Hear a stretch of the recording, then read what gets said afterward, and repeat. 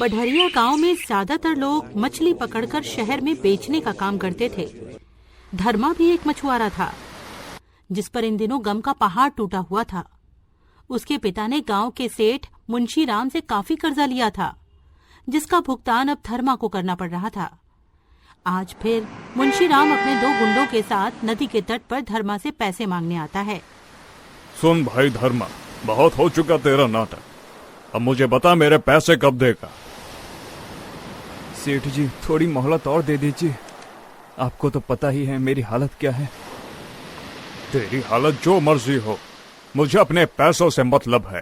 पहले तेरा बाप मेरा कर्ज चुकाए बिना चल बसा, अब कहीं तू भी ना निकल जाए। या तो सीधे सीधे मेरे पैसे दे दे, नहीं तो मैं तेरा घर तुझसे छीन लूंगा। नहीं सेठ जी, ऐसा मत कीजिए। आपको तो पता ही है मेरी पत्नी पेट से है, मेरी माँ से भी चला फिरा नहीं जाता। भला मैं उन्हें लेकर कहाँ जाऊंगा? थोड़ी दया कीजिए।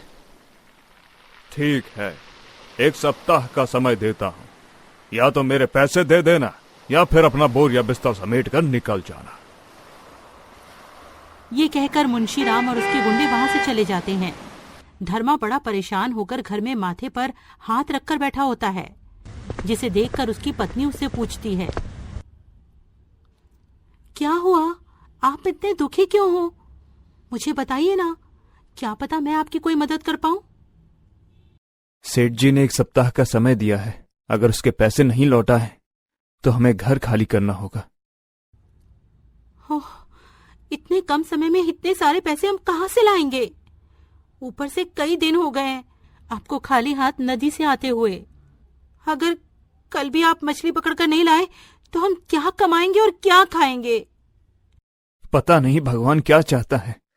सभी की तरह मैं भी नदी में जाता हूँ, लेकिन औरों के जाल में तो खूब सारी मछलियां आती हैं, मेरे में एक भी नहीं। शायद हमारे नसीब में दर दर की ठोकरें खाना ही लिखा है। हमें छोड़कर गांव में सारे मछुआरे खूब पैसे कमा रहे हैं। कोई बात नहीं, चलिए सो जाइए आप।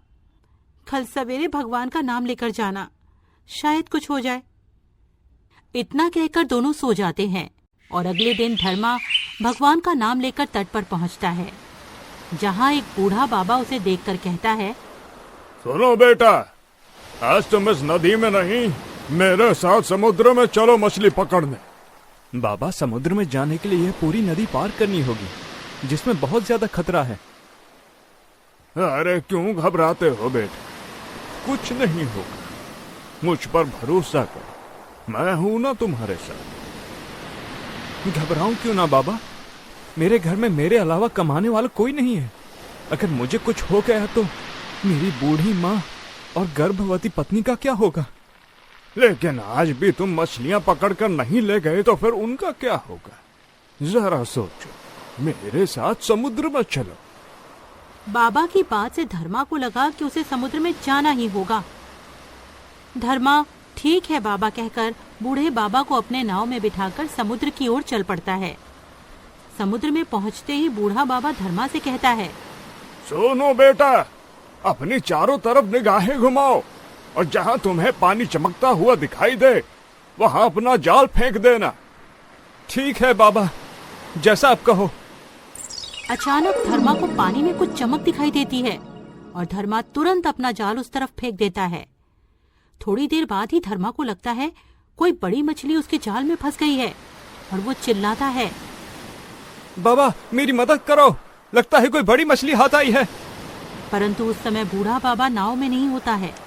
ये देखकर धर्मा हैरान हो जाता है कि तभी उसका जाल उसे खींचकर पानी के अंदर ले जाता है। वाह, सच में बहुत अद्भुत है यह सब देखना। अचानक पेड़ के अंदर एक दरवाजा दिखाई देता है।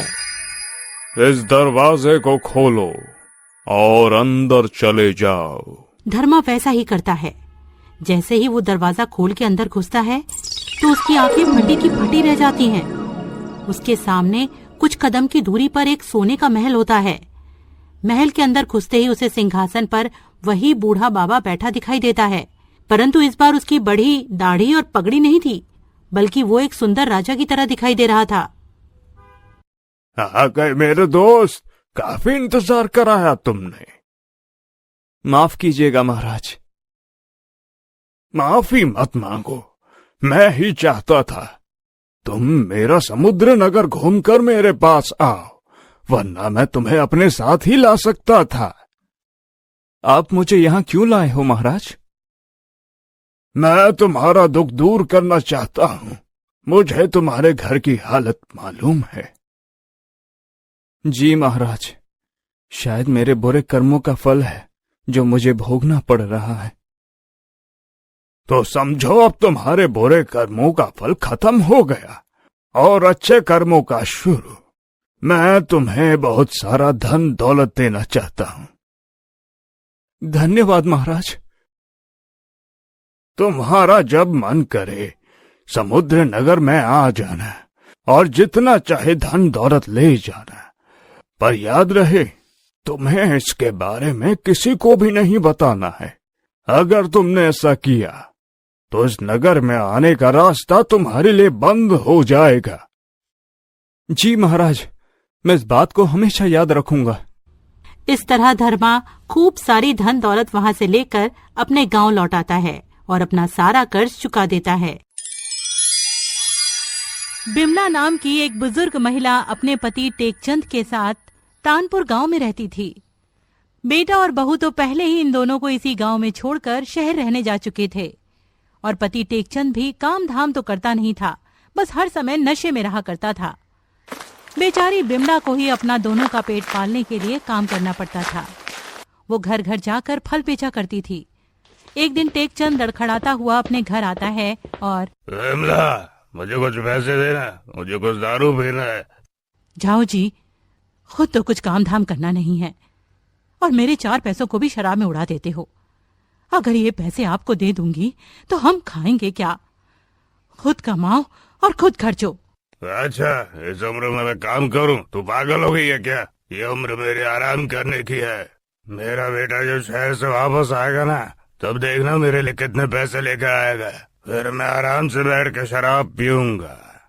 हाँ, बड़े आए बेटे वाले। बेटा जो बूढ़े माँ बाप को छोड़कर शहर भाग गया।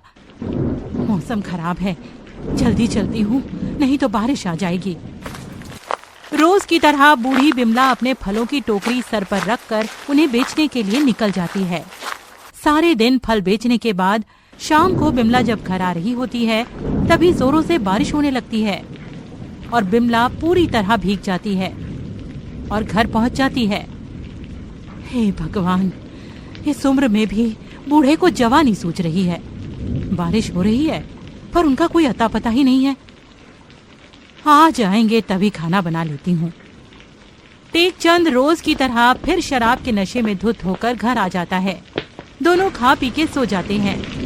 पूरी रात बारिश होती है। अगले दिन भी बहुत जोरों से बारिश हो रही होती है।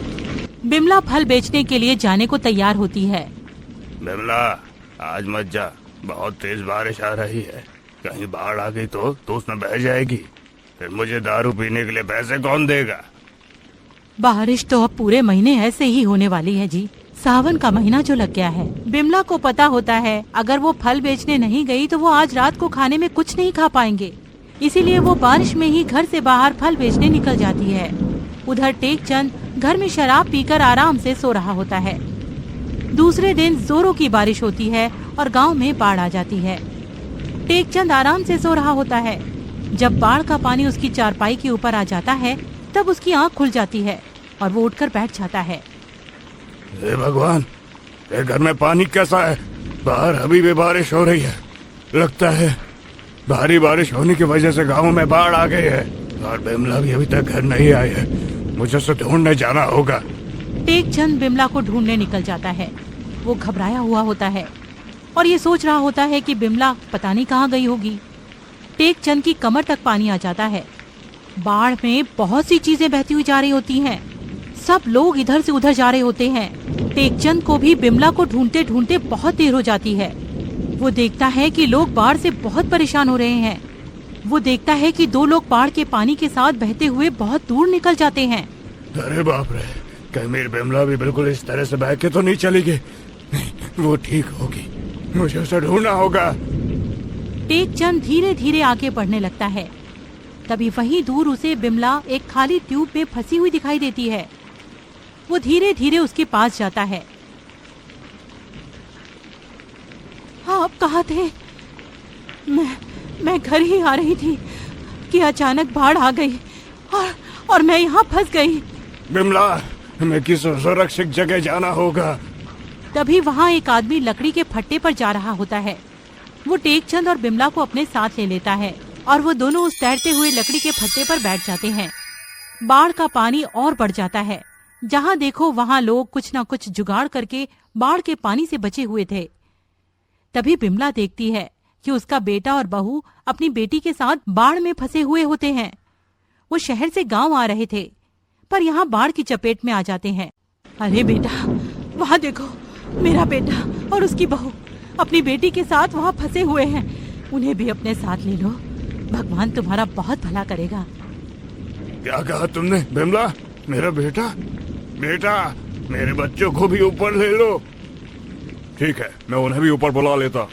जैसे ही वो आदमी उन तीनों को अपनी लकड़ी के फट्टे पर बुलाता है, वो लकड़ी का फट्टा टूट जाता है और सारे पहाड़ के पानी में आ जाते हैं और पानी के साथ बहने लगते हैं।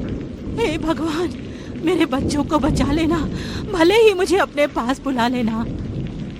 ऐसा मत कहो बिमला, तुम्हारे बिना मैं कैसे जीऊंगा? हमें कुछ नहीं होगा, भगवान पर भरोसा रखो।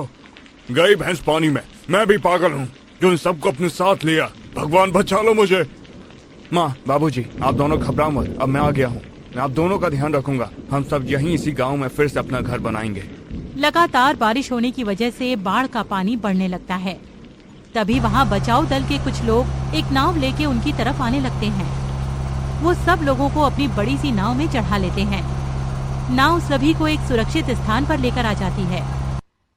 यहाँ और भी लोग थे जिन्हें बाढ़ से बचा के लाया गया था। सुनो जी, आपने सही कहा था।